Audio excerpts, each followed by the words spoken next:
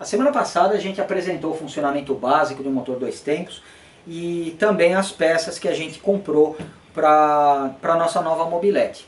Tá? Então, a proposta de hoje é a gente começar a fazer um blueprint, mas um blueprint consciente, de forma que a gente consiga melhorar ao extremo o fluxo dos gases sem perder o principal atributo do bom funcionamento de um motor, que é a velocidade dos gases.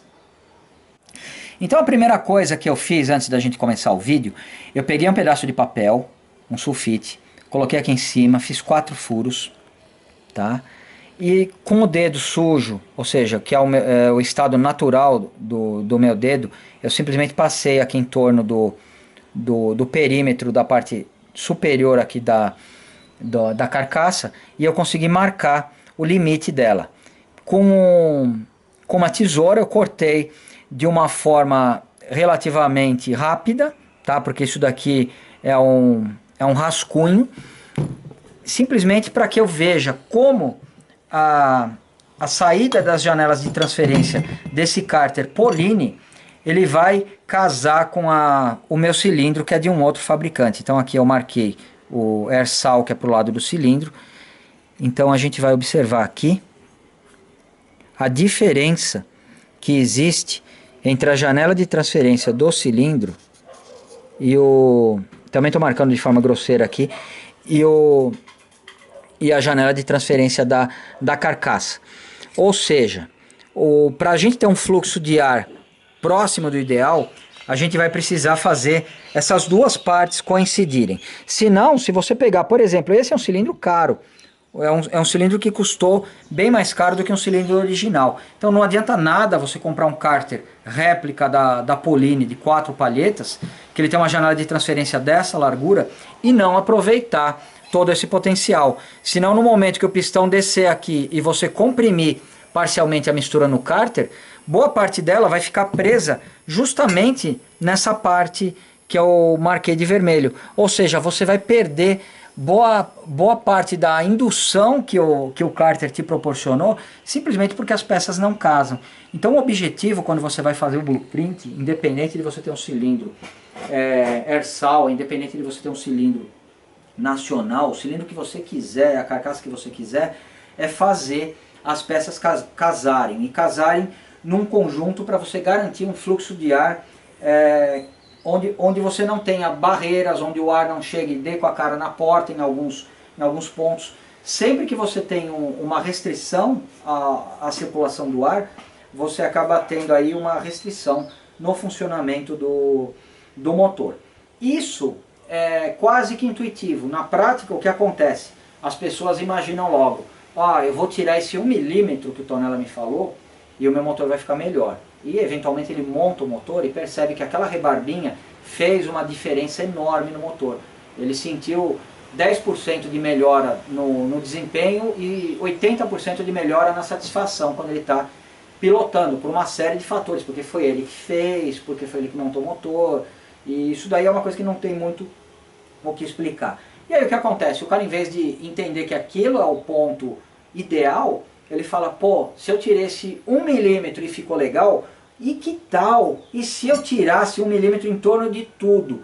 Aí eu ia ganhar, o espaço ia ficar muito maior. Aí você ganha o espaço, você perde a velocidade do ar, o teu cilindro não enche como deveria, as suas janelas de transferência não lavam o cabeçote como os engenheiros projetaram, e aí você vai ter um cilindro arrombado, um cabeçote bem esquisito, tua mobilete não vai andar e você vai ficar triste. Tá? Então a gente, mais do que qualquer outra coisa, o que a gente vai usar aqui? Uma ferramenta extremamente polêmica, Bianca, você sabe qual é? É o bom senso? É o bom senso, acertou. E o pior é que a gente não combina. A ferramenta mais polêmica de todas, a gente vai usar o bom senso. Traduzindo o bom senso, é saber a hora de parar. É saber o que você está fazendo para melhorar uma peça e saber a partir de que ponto você começa a prejudicar. Bom, então a gente vai começar. Bianca, qualquer dúvida você pergunte, você não desligue a câmera e pergunte imediatamente, tá? Porque a sua dúvida pode ser a dúvida que alguém que vai estar assistindo vai ter também. e não adianta você me perguntar depois. Aqui eu já montei provisoriamente o virabrequim dentro do cárter. Por quê? Para que a gente possa pensar um pouco antes de pegar a furadeira, a lixadeira, antes de pegar as ferramentas que a gente pode usar. Aqui a gente está percebendo, eu não posso apoiar o virabrequim porque ele está sem os rolamentos. Aqui a gente está percebendo que o espaço que existe livre dentro da carcaça é mínimo, tá? E o objetivo disso, se eu abrir aqui, a gente percebe que ao contrário do virabrequim da mobilete original, esse daqui é um virabrequim inteiro, tá?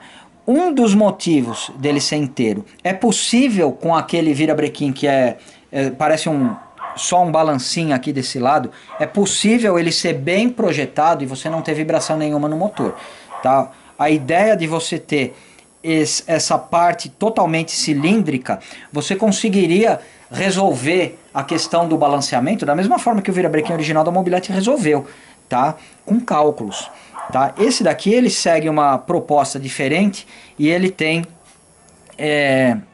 essas, como é que os caras chamavam isso aqui? De bolacha, se eu não me engano. Essas bolachas aqui inteiras, tá? Então, qual é a ideia disso? Eu vou voltar no vídeo anterior. Lembra que tinha taxa de compressão no cárter? Que era o deslocamento do pistão da parte de baixo, da parte de cima? Então, se você tem um volume 3 vezes maior do que o deslocamento no cárter, você tem proporcionalmente, no momento que o pistão baixa, uma compressão menor do que se você tiver um volume menor no cárter. Você concorda? Uhum. Tá.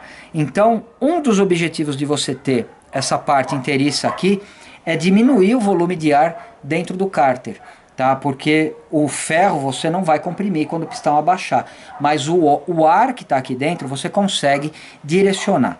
Mais do que isso, nada na engenharia é feito à toa. Algumas coisas sim são feitas para cortar custos, mas todo engenheiro ele tem boa vontade, ele tem sonhos, ele tenta realizar esses sonhos, seja onde ele estiver trabalhando. Tá? Às vezes ele é tesourado pelo departamento financeiro, alguma coisa assim, mas enfim, são coisas da vida. Então, a gente percebe aqui que o contrapeso ele consegue ter uma função também bastante interessante, além de balancear o motor. Tá? Se a gente mantiver ele nessa posição, o pistão está na parte de cima, Bianca. Aqui a gente tem todo esse espaço de ar. Tá? Quando o pistão ele começa a baixar para comprimir a mistura no cárter, a gente percebe que existe o deslocamento dessa parte aqui do virabrequim justamente na direção da janela de transferência que está aqui. Então a gente consegue aqui deduzir, você não precisa ser um cientista espacial para descobrir isso, você consegue deduzir que isso daqui acaba ajudando o fluxo de ar no momento dele entrar para a janela de transferência. Tá? Aqui provavelmente a janela de transferência já está aberta. Tá? Em algum momento, quando a janela de transferência já abriu, ele acaba abrindo um pouquinho de novo a palheta pela própria indução, por aquele próprio efeito que a gente tem do escapamento. Tá? Então, essa parte do escapamento também, dependendo da posição que ela tiver, por exemplo, ela está aqui completamente na parte de baixo. Tá? E a gente percebe que o contrapeso está na posição certa. No momento que ele começa a subir, ou seja, que ele começa a criar o vácuo no cárter, a posição principal aqui, a maior área livre para o ar entrar, de repente, coincidentemente pelo projeto, ela aparece bem na cara da válvula de palheta. Tá? Então o ar ele já tem um espaço mais conveniente para entrar aqui. Ó. Você tem 180 graus de espaço livre aqui para receber. Então o que a gente consegue para receber o ar? Então o que a gente consegue quase que deduzir disso? O virabrequim girando, ele faz um movimento nesse sentido e um efeito colateral do contrapeso, ele acaba induzindo o fluxo de ar a fazer esse caminho. O ar girando nesse sentido, qual que é o próximo caminho que ele tem que fazer? O ideal é para cá, tá? O ideal é que ele venha para cá. Tá? E da mesma forma, o ar que está entrando por aqui, ele gostaria muito, mas muito mesmo, de poder subir pela janela de transferência traseira, e se ele tiver a oportunidade, ele consegue fazer essa comunicação direta aqui também. Então está muito claro para mim que essa rebarba ela incomoda bastante o fluxo de ar, ela perturba bastante o fluxo de ar, seria conveniente a gente poder tirá-la. A gente pode fazer um ângulo aqui de 45 graus, tá? Aqui a gente pode dar uma pequena arredondada, tá? Isso eu tô falando por quê? Porque a gente não consegue diminuir esse diâmetro, tá? Porque o ideal seria a gente ter um meio termo entre essa largura aqui e a largura da entrada do cilindro ali. Como não tem como eu reduzir isso daqui, eu vou contornar esse tamanho quando a gente for mexer no cilindro, mas que não é agora. Então o meu objetivo aqui, eu estou fazendo de forma consciente, tirar essa rebarba, melhorar o fluxo aqui, tá? Arredondando, entre aspas, toda essa parte aqui. Posso aproveitar e arredondar aqui também, porque essa rebarba aqui não... ela é pequena em volume e ela não vai me incomodar. Aqui eu coloco aquele chanfro que eu comentei. E posso tentar, aqui não tem muito o que mexer, porque aqui é onde fica o prisioneiro. Qual que é o grande erro de mexer numa carcaça?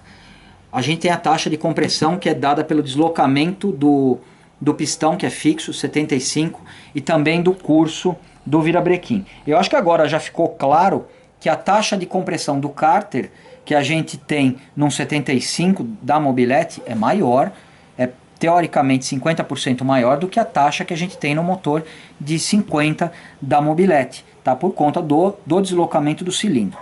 Cada milímetro cúbico que eu tirar de material aqui dentro, ou se eu fosse tirar do virabrequim, e aqui no virabrequim eles acrescentaram bastante material, o que acontece?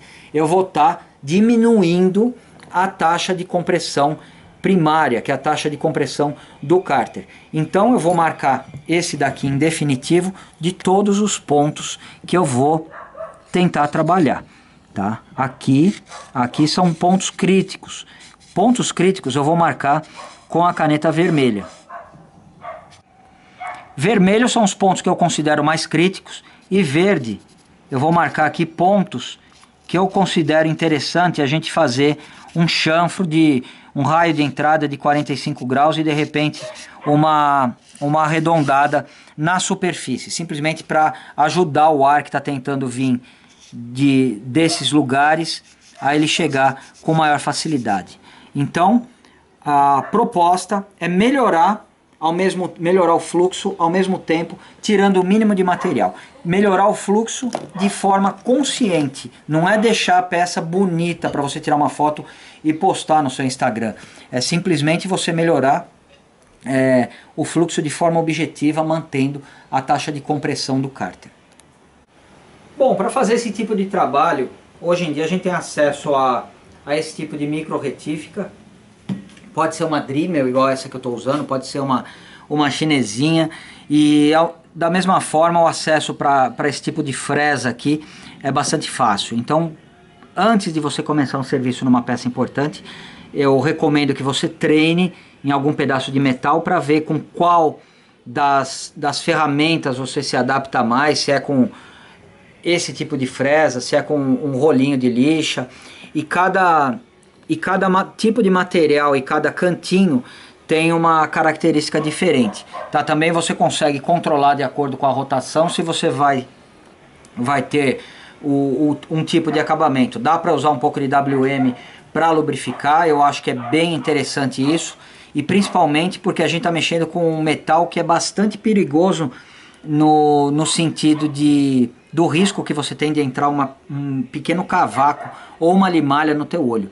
E por um motivo muito simples, porque se acontece um acidente e entra uma limalha de um metal ferroso no teu olho, mas isso eu estou considerando não um cisquinho, um acidente grave mesmo que você vai para o hospital, eles têm o recurso de usar uma bobina, usar um ímã forte para tirar o negócio do teu olho. Se é um metal não ferroso, essa parte já está descartada. E se a peça for muito pequena, e normalmente as limalhas de alumínio são bem pequenas, você corre o risco de ter uma sequela aí, de perder até a visão. Então, mais do que usar um óculos da NASA, alguma coisa assim, eu vou usar um óculos que vai vedar completamente aqui para mim, que é o óculos que eu faço natação, porque eu morro de medo dessas partículas de alumínio. Então a gente vai começar, eu vou começar com essa fresa aqui. A Bianca vai mostrar etapas do processo, não vai mostrar todo o processo mesmo porque vai ser uma coisa demorada. A dica que eu dou é o que você fizer numa parte da carcaça com uma ferramenta, você para, vai e faz na outra. Porque se você tentar dar o acabamento completo em uma metade e começar a fazer na outra, provavelmente você vai ter dificuldade para deixar as duas iguais. Então se você seguir uma rotina, eu fiz tal desbaste nessa peça, você vai e faz exatamente o mesmo na outra, e assim por diante, até você considerar o serviço pronto.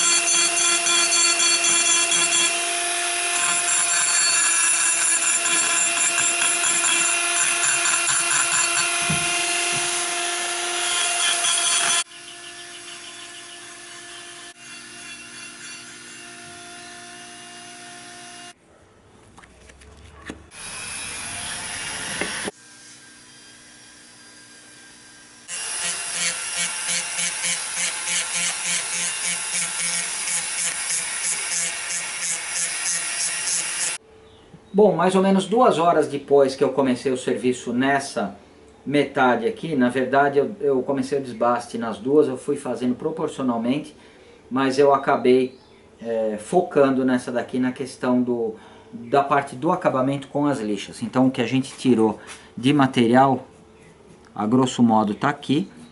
Tá? A gente tem aqui metade provavelmente do desgaste natural da lixa que a gente usou e a outra metade do material que a gente acabou removendo aqui dessa metade da carcaça. E a gente conseguiu um acabamento que chega até a impressionar. Então a gente precisa imaginar que essa carcaça aqui, ela começou sendo fundida, tá, numa forma. Depois que ela saiu da parte da fundição, ela passou por algumas usinagens, como aqui no faceamento do encontro dela com a outra carcaça, e aqui provavelmente ela passou por um torno, uma fresa, para conseguir abrir o espaço pro virabrequim e da mesma forma com a precisão do diâmetro do rolamento e da sede do retentor. Tá? Então, se a gente pegar a carcaça original, ainda que ela já seja muito bem feita, a gente tem aqui uma superfície um pouco áspera e todos os cantinhos que eu considerei provavelmente são parte do molde, da fundição, e o objetivo da usinagem que foi feita aqui, seja no torno, seja no CNC, era simplesmente criar a sede para o rolamento, criar a sede para o retentor. Tá? Então esse tipo de acabamento, vamos dizer assim, que a gente está fazendo é o verdadeiro blueprint, e é uma coisa... eu levei 2 horas para fazer em uma metade da carcaça. Tudo bem que eu não tenho prática, provavelmente vou levar 1h30 se tudo correr bem nessa outra metade aqui. Tá? Primeiro porque eu vou fazer sem pressa, e segundo porque o meu objetivo é fazer com que as duas fiquem o mais idênticas possíveis. Tá? Agora você imagina, você contabilize isso no custo de produção de uma carcaça, ele passa a ser inviável. Eu sinceramente eu não sei quanto custaria uma mão de obra dessa para fazer um tipo de serviço desse. Como aqui o objetivo do canal é justamente o faça você mesmo, no lugar de ficar teorizando valor, alguma coisa assim para o serviço, eu prefiro mostrar as ferramentas que eu usei, os passos que a gente deu para atingir esse resultado. Muito bem, então a primeira ferramenta que a gente usou, e a que eu considerei particularmente a mais bem sucedida, é uma fresa. Aqui eu fui mais bem sucedido para esse desbaste inicial aqui, que mesmo assim a gente precisa tomar muito cuidado para não tirar excesso de material. Foi essa ferramentinha aqui, curiosamente ela não é Dremel, ela é Craftsman, e eu ganhei de um amigo. Infelizmente eu nunca vi para vender. A partir daí o que a gente fez? A gente fez a nossa técnica rastrelo. Provavelmente, se vocês já foram atrás dos acessórios para Dremel, vocês sabem que eles são invariavelmente caros. Você não consegue pagar um acessório menos de 20 ou 30 reais. Tá? E a gente também não quer ficar jogando dinheiro fora, né? Ainda que seja um investimento bom, uma ferramenta. Então, eu tenho uma ferramenta, a segunda ferramenta mais importante de todas. A primeira é o bom senso, a segunda é a Bianca e a sua tesourinha mágica. Porque ela é capaz de cortar infinitos discos de lixa para mim, para que eu possa usar nessa ferramentinha. Então nessa pontinha, que ela só tem um parafusinho, essa daqui eu não sei nem se é um acessório Dremel ou um acessório chinês, mas foi na verdade a ferramenta de acabamento fundamental para aquilo que a gente precisaria fazer. Então a Bianca, incansavelmente, ela não somente cortou disquinhos de lixa para mim, como ela marcou aqui qual era a lixa que a gente estava usando. Então eu tenho aqui um 320, eu tenho aqui um 150, e o primeiro que a gente usou foram os 80, que é esse daqui mais grosso. Tá? Então o que eu fiz ali? Eu coloquei dois montados dessa forma para ter uma firmeza melhor aí do disco de lixa, e ele conseguir dar um acabamento melhor. Então, com os dois disquinhos de lixa montados aqui, claro que eles não ficam perfeitamente balanceados porque foram cortados de maneira artesanal, mas por outro lado a gente não vai usar na velocidade máxima, a gente vai usar uma velocidade de média para baixa, simplesmente para a lixa não comer mais daquilo que a gente considera necessário, e para a gente conseguir vendo a evolução do serviço devagar. E lembrando que se a gente comer alguma parte aí mais do que seria necessário, do que seria indicado, não tem retorno. Então é preferível você ir devagar, demorar um pouco mais, mas não cometer um erro que pode prejudicar aí o resultado final. Então essa primeira etapa com 80 ainda é uma etapa de desbaste, tá? Uma etapa de acerto aí da superfície, não é uma etapa de acabamento. E eu vou fazer com a superfície completamente a seco.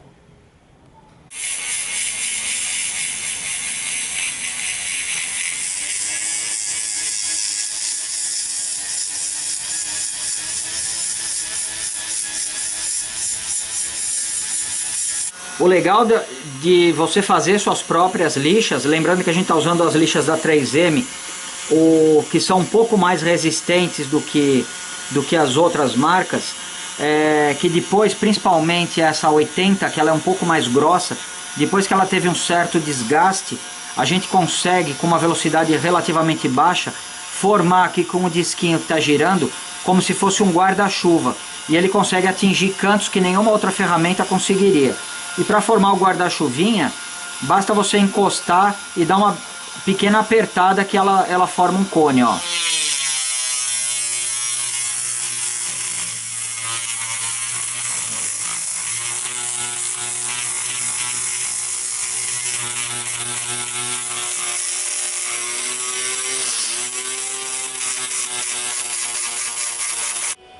Pronto, agora que eu acabei com 80, e quando eu falo acabei, é que eu deixei ela nesse estado aqui, tá? Mas ao mesmo tempo eu consegui dar um desbaste melhor aqui. Lembrando que quando você transforma a lixinha num guarda-chuva, você condena ela tem pouco tempo de durabilidade aí na versão guarda-chuva. É diferente do que se você ficar fazendo assim.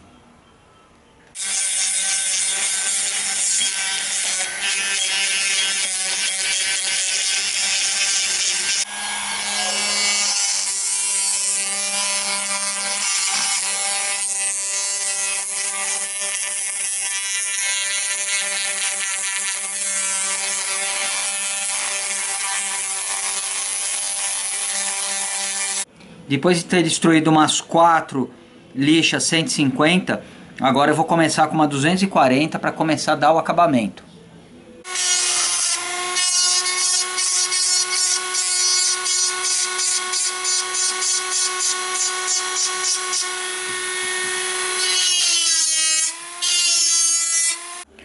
Pro acabamento agora eu vou começar com a 320, um pouquinho de WM aqui para lubrificar a lixa.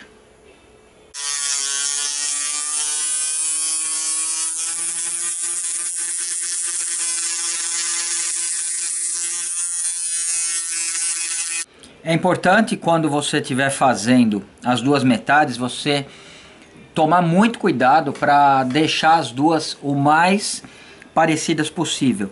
E como aqui a gente não está tirando material, a gente não está reinventando passagens, não está reinventando janelas de transferência, a gente conta com a precisão aí do projeto.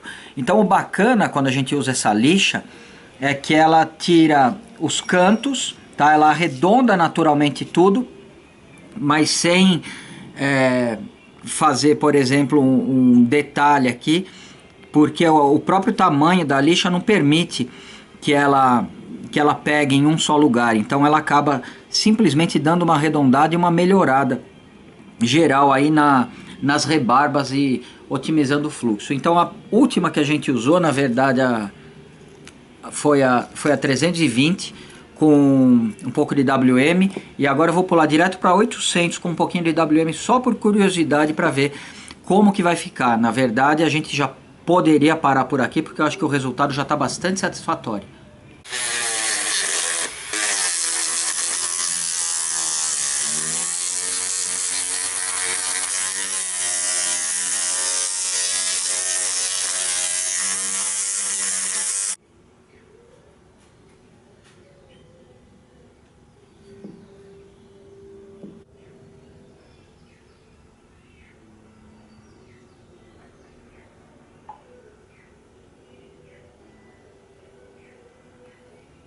Bom, a Bianca mostrou de perto aí o resultado que eu considero bastante satisfatório dentro da nossa limitação de ferramentas. Não alterei, não fiz nenhuma alteração, simplesmente tirei as rebarbas. Infelizmente isso demora, exige um investimento de tempo aí relativamente alto. Tá? A gente tem aqui aproximadamente de 3 horas a 3 horas e meia de trabalho somente nessa parte de baixo e francamente ela está bem mais fácil do que o cilindro. Então o que a gente vai fazer agora? Eu vou fechar essa carcaça pelo menos com 2 parafusos. Então agora eu vou fazer mais uma junta, e até essa junta aqui, que é uma junta teoricamente original, que eu cortei aqui para ela servir de modelo para mim, ela não está muito certa em relação aos furos aqui. Então eu vou pegar uma folha de sulfite e vou fazer uma junta nova. Coloquei os prisioneiros para dar uma referência de furação, que aquela ali já não está batendo muito bem. Então agora, com o dedo sujo, eu vou simplesmente marcar o perímetro da minha carcaça dessa forma. E mais importante, isso é o mais importante de tudo, vou fazer na parte interna também.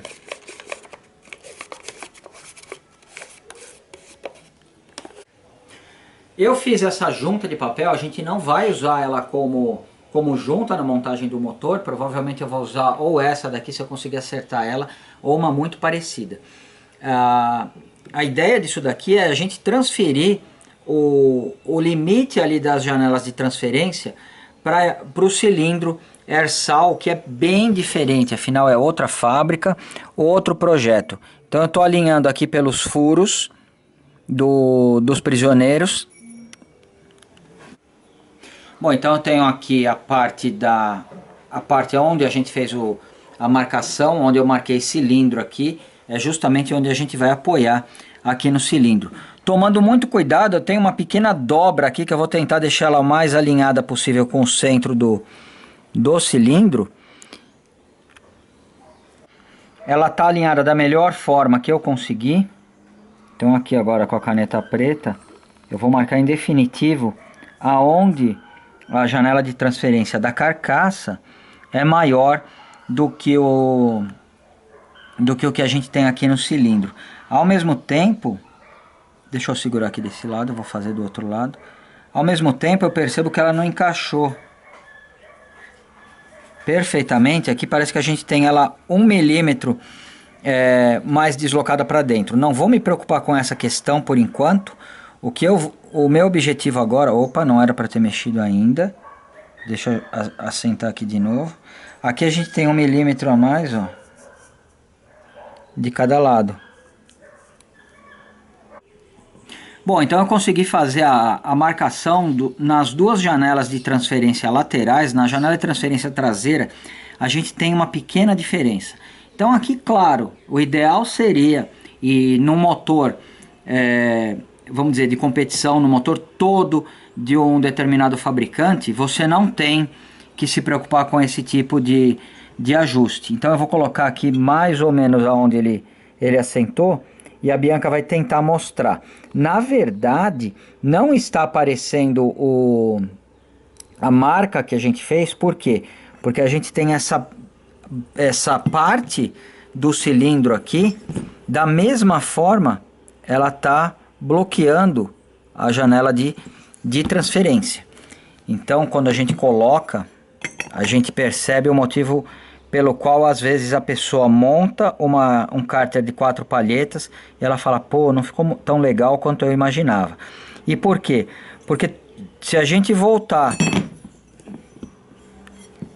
um pequeno acidente já superado, se a gente imaginar que a gente vai ter aquele fluxo, que o movimento do virabrequim vai ajudar a levar para a janela de transferência, e também ele vai vir da válvula de palheta pela própria indução que vai existir dentro da janela de transferência.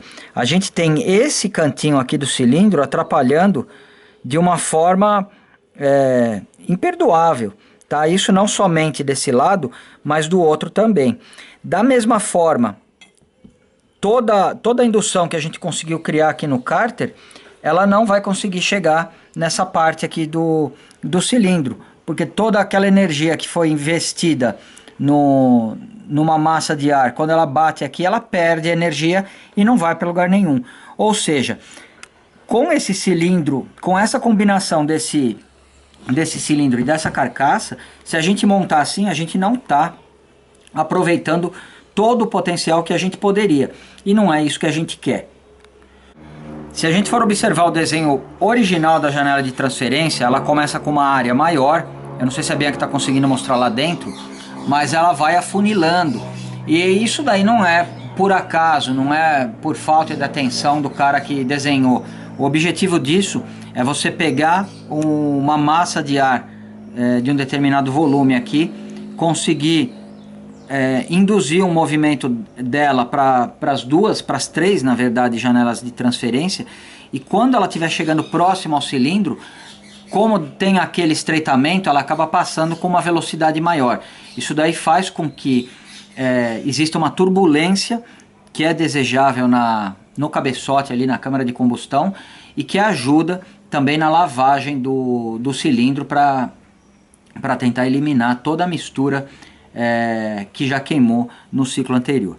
Então, o que a gente vai fazer aqui? Em primeiro lugar, claro, respeitando o projeto original, mas a gente tem condições de criar uma entrada para mistura, para que a gente não perca completamente a energia do ar que chegar até aqui. Então, se a gente colocar uma diagonal aqui, conseguir fazer uma entrada bem discreta para a janela de transferência principal aqui, as duas laterais, eu acho que a gente já consegue melhorar o fluxo. Mais do que isso, e isso sim é um pouco mais radical, e eu tenho medo, inclusive, se a gente conseguir cortar esse pedacinho do cilindro, a gente vai conseguir melhorar o fluxo desde a parte de baixo ali da janela de transferência. Então a gente não vai ter mais essa pequena rebarba que o desenho agora está mostrando mais claramente, atrapalhando, ou melhor, bloqueando ou impedindo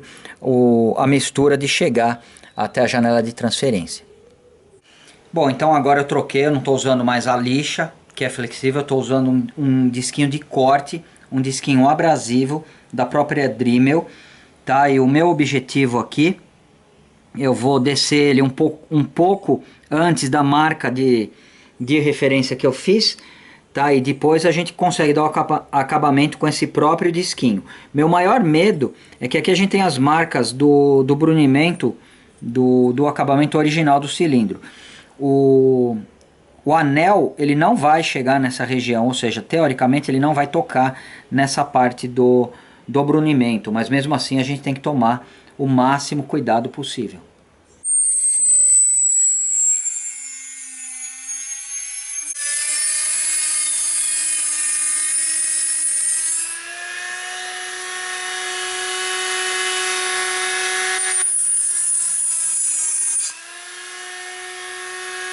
Bom, foi mais fácil do que eu imaginava, a gente não ficou com nenhuma rebarba aqui na parte interna do cilindro, que me deixa bastante feliz.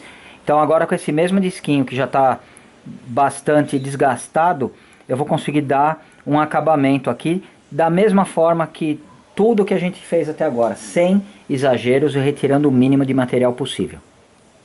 Agora a Bianca vai fingir que ela é o ar, e ela está mostrando a janela de transferência aqui, como essa parede atrapalha do lado que eu ainda não mexi. E a gente vai comparar com o lado que eu já mexi. Aqui a gente tem um acesso bem mais fácil, tá? Mesmo considerando que a mistura ela não está aqui onde a gente está do outro lado, mas ela está aqui na parte de baixo do cárter. Mas com esse pequeno corte que a gente fez, a gente consegue facilitar a passagem da mistura. E agora a gente vai fazer a mesma coisa do outro lado. Prontinho, cortado dos dois lados, ainda não dei o acabamento final, porque agora a gente vai fazer a parte que eu considero a mais chata, vamos dizer assim, a mais desafiadora. Eu vou precisar fazer um buraco aqui em diagonal assim, para aproveitar o fluxo de ar que chegar nessa posição. Ah, Tonela, o cilindro é Ersal, então não presta. Não é essa a perspectiva que você tem que olhar. Ele é maravilhoso. O que acontece é que as janelas aqui elas são feitas para casarem perfeitamente com o cárter de 4 palhetas. Ah, então o cárter de 2 palhetas. Ah, então esse cárter de 4 palhetas ele não presta. Ele presta, ele é maravilhoso também. A questão é que ele não foi feito para usar um cilindro tão modesto quanto esse daqui. Esse daqui é um cárter que está num nível, num patamar acima do que o cilindro. Não significa que a gente não possa fazer um perfeito casamento aqui.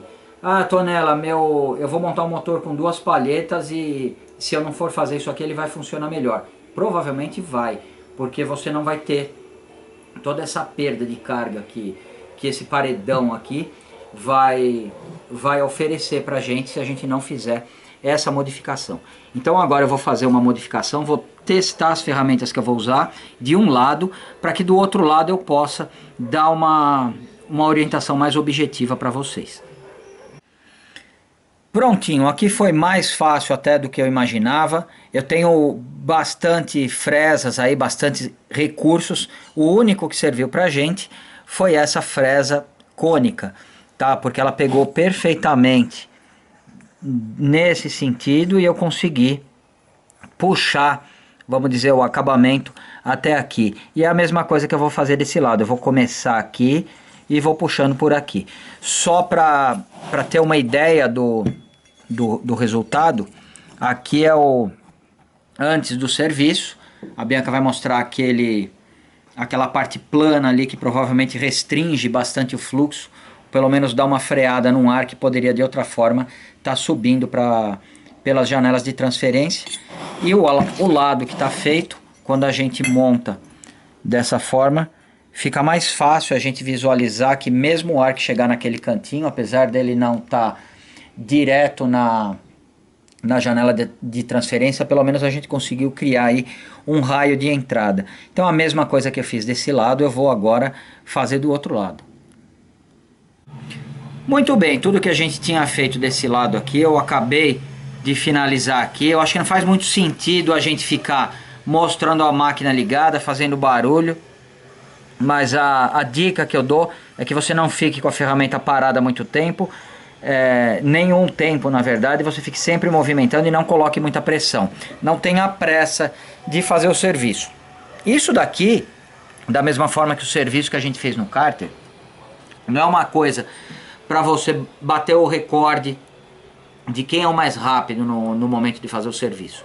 Você fica meia hora sentado aqui fazendo, você já fica cansado, você já quer fazer outra coisa.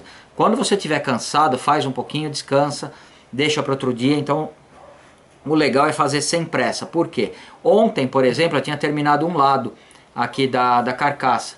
Para mim não tinha ficado legal. Eu olhei e eu dei uma nota 7 para mim mesmo. Falei, ah não, amanhã eu melhoro, que não sei o que. Hoje pela manhã, quando eu cheguei, eu achei o resultado fantástico, que foi quando eu continuei na outra. Tá? Então, quanto mais você fica em cima do negócio, menos a percepção real você acaba tendo porque você está cansado. Aqui vocês lembram que a gente tinha duas marquinhas pretas aqui que indicavam que a gente tinha 1 milímetro mais ou menos de área de cada lado que a gente poderia tirar. Muito bem, aproveitei, passei a frezinha aqui também sem nenhum excesso. Aqui a gente tem um reforço central e esse reforço é fundamental porque se a janela for muito larga, tanto a de admissão quanto a de escapamento, você corre o risco de num eventual superaquecimento, o cilindro ele dá uma torcida, ele dá uma deformada e aí você perde compressão. Essa perda de compressão aí acaba arruinando o seu motor, porque ele começa a esquentar e o superaquecimento acaba distorcendo ainda mais o cilindro e o resultado é que você acaba perdendo tudo. Diferença desse cilindro para o cilindro original, o cilindro nacional, o cilindro que é a réplica perfeita do cilindro da Mobilete. Essa janela de transferência traseira, ela é bem menor no cilindro original, além dela ser única, ela ser simples. Aqui a Airsal ela dividiu a janela em duas e com uma área enorme para cada uma delas. Tá? Então ela se deu o luxo de colocar esse reforço no meio. Se vocês observarem, esse reforço ele é relativamente estreito, ele deve ter o que? Uns 5 milímetros. Quando você chega aqui, as janelas de transferência elas chegam dentro do cilindro com um espaço bem maior do que o que elas começaram aqui embaixo. E a intenção aqui novamente é distribuir melhor a mistura fresca dentro do cilindro para ter uma lavagem mais eficiente. Bianca vai tentar mostrar por aqui, aproveitando que eu estou com o cilindro na mão, talvez ao contrário seja melhor, desculpa Bianca. A gente está vendo a janela de escapamento aqui, dupla também. Tá? E dupla também para ela poder pegar uma largura maior, ser mais eficiente. Ah, Tonela, a primeira coisa que eu vou fazer quando eu comprar esse cilindro é arrancar esse negócio que tem no meio. Não faça isso, tá? Esse reforço ele tá aí justamente pelo mesmo motivo daquele reforço lá atrás. Evitar um superaquecimento e uma deformação do cilindro numa situação extrema. Tá? Outra coisa que eu não aconselho você fazer, não se empolgue e tente tornar isso daqui mais fino. Porque se você tornar ele mais fino, aí sim você vai ter um ponto propício aí para um superaquecimento, ele vai acabar envergando, tá? E você vai ter automaticamente aí uma queda na compressão, você vai ter um ponto quente que não é desejável. Então o que dá pra gente fazer? Aqui naturalmente depois eu vou dar um acabamento, eu vou dar uma repassada quando eu tiver com todas as peças prontas, tá? Mas eu já estou bem próximo aqui do resultado final. O que dá pra gente fazer aqui dentro do duto da janela de escapamento? Simplesmente com uma fresa, também eu vou usar uma fresa redonda dessa vez, eu vou usar essa daqui. Eu vou tentar tirar o excesso de rebarbas sem mudar o formato, sem aumentar nenhum tamanho, nenhum diâmetro, sem mudar o perfil da janela de transferência. Vejam bem que todos os serviços que eu estou fazendo, eu não estou mexendo no perfil da janela de transferência quando ela está no cilindro. Então o que eu vou fazer com essa fresa aqui, eu vou dar uma polida rapidamente. A Bianca não vai precisar ficar mostrando isso, porque não tem segredo nenhum. O que pretensamente era para ter um segredo, eu estou compartilhando com vocês. E depois eu vou tentar melhorar o aspecto. Naturalmente o acesso é mais difícil do que foi aqui, mas eu gostaria muito de conseguir dar um acabamento liso. Tonela, por que liso na janela de escapamento? Justamente para você não grudar o material carbonizado ali, que a mistura fresca ela tem uma característica diferente da mistura queimada. Tá? E com o tempo, dependendo da regulagem, da qualidade da gasolina que você usar, você pode ter uma tendência à formação de depósitos ali de uma carbonização. Quanto mais lisa tiver a parede do duto, menor essa possibilidade ou menor essa tendência de você grudar a carbonização dentro do duto. Na minha experiência com os motores dois tempos da Kawasaki, a modificação tradicional que se fazia lá, o motor Kawasaki ele tem 550 ou 650 centímetros cúbicos, 2 cilindros, muito parecido com o da RD350, refrigeração líquida, só que ele puxava a água da represa ou do mar onde ele estivesse andando para refrigerar. Então você tinha que tomar alguns cuidados diferentes aí na questão da refrigeração, mas era um sistema bastante interessante. O detalhe é que ele tinha 2 cilindros, mas ele tinha um carburador só, e um carburador por sucção, um carburador de vácuo, muito parecido com esses que a gente tem nas motosserras, nas roçadeiras. Eu não tive a oportunidade de mostrar ainda, mas eu vou mostrar. E a ideia desse carburador é que ele pode trabalhar em qualquer posição, então se o cara estivesse de lado ou de ponta cabeça fazendo uma manobra, tudo bem pro jet ski. Tá? Então os upgrades naturais que o dono de um jet ski fazia quando ele buscava performance, um deles, e o mais comum, era colocar uma dupla carburação. Ele tirava o carburador central, comprava um outro carburador, um coletor diferenciado ali, e montava 2 carburadores. Isso daí normalmente era acompanhado da troca da câmara de ressonância ou do escapamento por um melhor dimensionado ali para o motor ter uma faixa de potência mais interessante para o uso que o cara ia fazer. E além disso, o Gregory fazia um serviço exatamente no padrão do que a gente estava fazendo aqui. Ele não reinventava as janelas de transferência, tá? Ele não abria lateralmente ou abria de altura, ele não fazia absolutamente nada que fosse radical. Ele simplesmente fazia coincidir a saída do cárter com a entrada aqui do cilindro. Tá? E não tinha muito, ou melhor, não tinha nada além do que a gente está fazendo. Eu lembro que naquela época eu tive pela primeira vez o contato com algumas peças exóticas que não eram da Kawasaki, naturalmente, eram de empresas independentes. Então eles vendiam uma coisa que hoje em dia é muito popular, estágio 1. E o que era o estágio 1? Era um cilindro, não da Kawasaki, um cilindro fabricado por essa empresa. Tá? E como que ele era? Ele parecia um cilindro da Kawasaki, não era a mesma fundição, mas ele era um cilindro melhorado. Então, por exemplo, seria a mesma coisa que comparar esse daqui com o original da Mobilete. Ele tinha uma janela de escapamento diferenciada, ele tinha uma janela traseira aqui diferenciada também, e tinha diferenças sutis nas janelas de transferência. Esse no bendito estágio 1. O estágio 2 já tinha o cilindro, já vinha com um cabeçote um pouco diferente, com uma câmara de combustão com um formato diferente, própria para usar naquele cilindro, e também tinha algumas modificações no sistema de ignição, porque ele tinha partida elétrica, e o volantezinho do motor ali ele acabava sendo substituído. Ele era de ferro, acabava usando um de alumínio para o motor acelerar mais rapidamente. É uma modificação bem parecida com as que a gente faz no Fusca, né? A gente alivia o volante do motor. Então tinha estágio 1, estágio 2, estágio 3, era um cilindro um pouco melhor trabalhado. E por último tinha, acho que o estágio 4, se eu não me engano. E o estágio 4 era completo, era um cabeçote, era um cilindro, era um pistão com um domo um pouco mais alto para aumentar um pouco a compressão ali. Mas o que sempre chamava atenção, esse cilindro em particular foi o cilindro mais lindo que eu vi até hoje, o do famigerado estágio 4. porque o estado dos dutos internamente, eu não sei como aquilo era feito, mas era 1000 vezes melhor do que isso daqui. Ele era perfeito, a gente não via marca de fundição, nem interna ou nem externamente. O acabamento das janelas de transferência era impecável, desde aqui até no momento que ele saía no cilindro. Curiosamente, elas eram muito parecidas com a dos estágios anteriores, que por sua vez eram bastante parecidas com o projeto original da Kawasaki. Então não é que você tinha uma janelinha desse tamanho no Kawasaki e você tinha uma desse tamanho no famoso estágio 4. Eu falo que hoje isso é popular porque normalmente um preparador ele pode vender para você, olha, eu vou vender para você o estágio 1, é isso. Eu vou vender para você o estágio 2.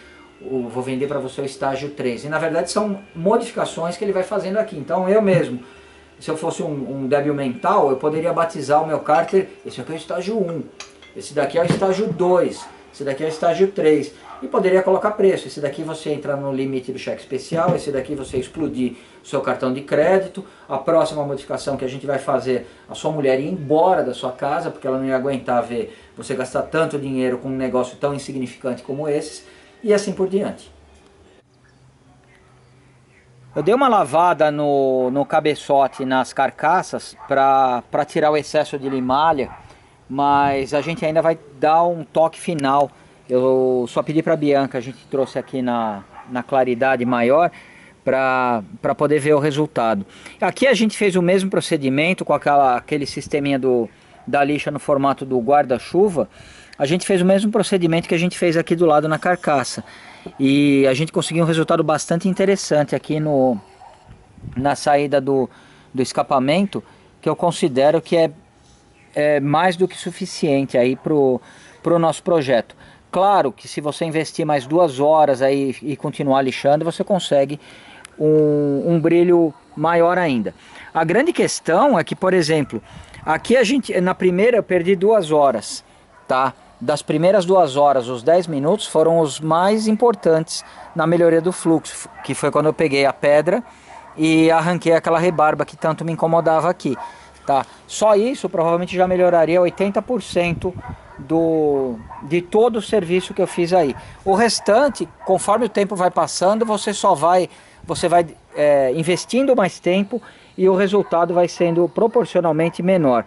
Então, o acabamento aqui, o brilho, eu acabei dando porque eu estava com o conjunto de lixas aí na mão, mas ele não é necessário para o bom funcionamento. O que é absolutamente necessário é que você tire as rebarbas aí que possam prejudicar o fluxo. Então, enquanto essas peças secam, a gente vai fazer a última peça que faltou a gente fazer o blueprint, que é o cabeçote. Então, agora a última peça é o cabeçote, tá? Apesar de ser a peça mais simples de fazer o blueprint, aparentemente é a peça mais problemática, e por um motivo muito simples. Aqui no molde, o molde não foi feito de uma forma caprichada. O tempo para o cara fazer um molde ridículo desse ou um molde bem feito é o mesmo. Agora, quando ele faz um molde com essa rebarba aqui, que a pessoa precisa tirar na casa dela, porque senão acaba acontecendo isso, essas 2 buchas são as buchas que seguram o motor, tá? Então você já começa com 2 buchas em V aqui, um V invertido, formando um ângulo completamente desnecessário para o projeto. Aí o motor começa a ficar com folga, aí você começa a ter um desgaste acentuado da correia, e assim por diante, e até você perceber que é por conta de um mau acabamento numa peça, você já ficou louco e você já perdeu o interesse que você já tinha pela mobilete.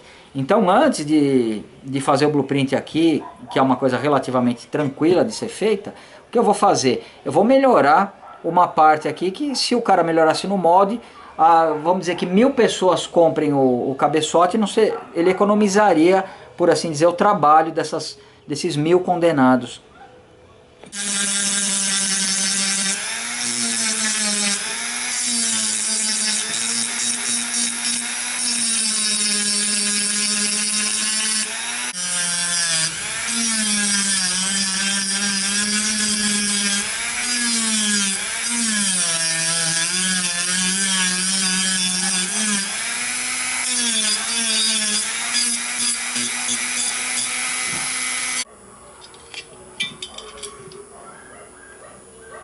Bom, a gente tem um cabeçote modificado a partir do original da Mobilete. Além desse daqui ter um volume na câmara de combustão um pouco maior para atender o motor 75, ele não tem o descompressor, que é aquela válvula que você aperta um pequeno manete no guidão da Mobilete para que você tenha a força para pedalar, e se você tiver sorte naquele dia a Mobilete vai funcionar. Então aqui por dentro também a gente tem um acabamento bem precário aqui. Provavelmente no momento de ser feito o molde, ele foi feito com um pino no lugar ou alguma coisa assim, então ele fica fechado. O que a gente pode fazer é tirar essa nervura aqui, tanto de um lado quanto do outro, que eu estou assumindo, tá? Não com 100% de certeza, mas provavelmente com uns 85%, que isso daqui é o reforço da peça original que tem o descompressor. E quando eles fizeram essa modificação, eles simplesmente fecharam o molde, mas eu acredito que vai poder retirar isso daqui sem prejudicar a turbulência do projeto original aí dentro da câmara de combustão.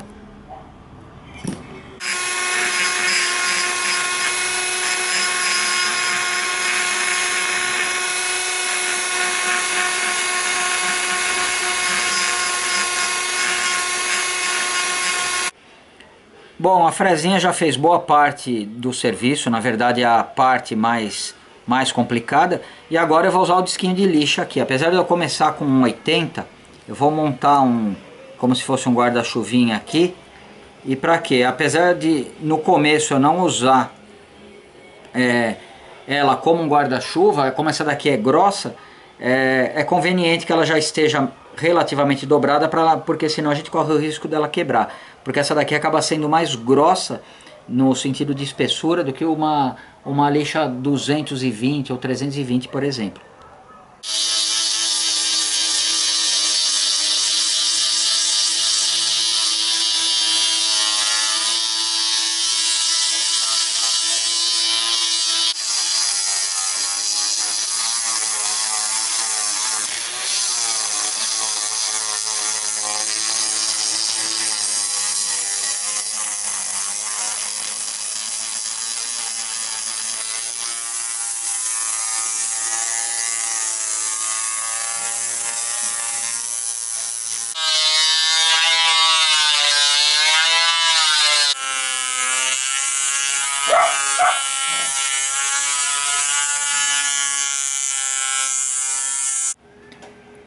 Prontinho, o mesmo procedimento que a gente acabou fazendo na carcaça, que a gente acabou fazendo no cilindro.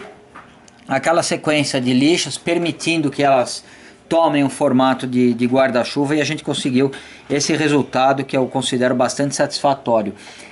A partir da lixa 320 eu lubrifico a peça com WM para deixar com o melhor acabamento. Tonela, tem gente que faz um desenho diferente na câmara de combustão, que não sei o que. Muito bem, eu acredito que se a gente conseguisse um cabeçote com a vela central, daria para a gente considerar essa possibilidade. Eu entendo, tá? Isso é a minha opinião.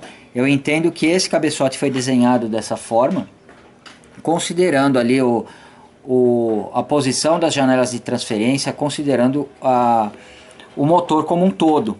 Tá? Então a vela, eu acredito que ela está na posição justamente que vai receber aquela turbulência que a gente já tinha comentado das janelas de transferência que apontam, na verdade, aqui para trás, e eu acredito que ela deva fazer uma turbulência nesse sentido. Bom, então agora, para que a gente finalize essa parte do blueprint, o que eu vou fazer? Eu vou conferir novamente se a janela de transferência aqui do cilindro que eu trabalhei, ela encaixa perfeitamente aqui. Só que dessa vez eu vou fazer o caminho reverso. Eu vou fazer uma junta a partir do cilindro e não a partir da carcaça.